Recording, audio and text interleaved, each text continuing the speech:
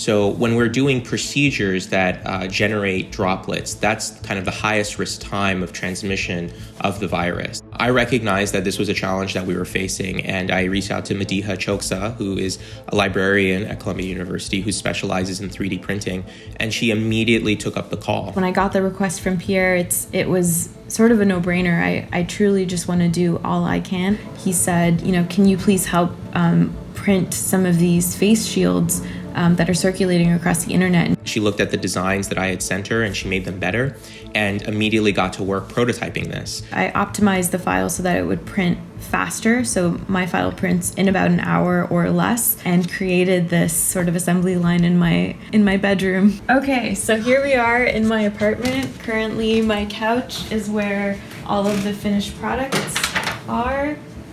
Right there. We got a little production facility happening here. That's my colleague. After receiving the first ones, the moment that I knew that we had kind of hit onto something was when people asked if they could keep the very, very first prototype that still had like a rubber band on the back of it. I was like, give me a day or two and I'll get you a better one. He actually video called me on Monday from the hospital and said that, these are great. So if you could please print as many as possible, if you could do 1,000 by the end of the week, that would be fantastic. And so we got right to it.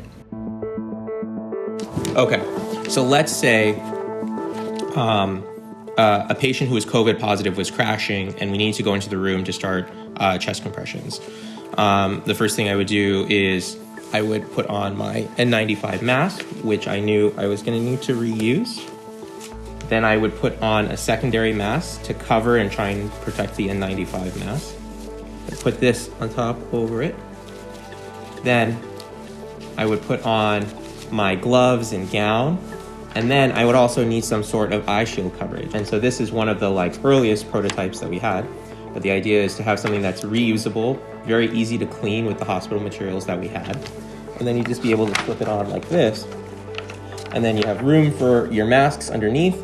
And you've got total coverage from your forehead downwards, and then you can move around and use that for anything that might be going on. Imagine how hard it is just for people to talk to each other. What? I mean, if you have to put this on for 8 hours, it's really hot.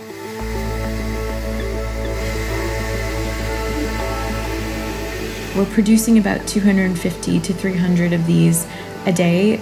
We have a number of small businesses that are working with us and printing off this piece and then dropping them off en masse to my apartment.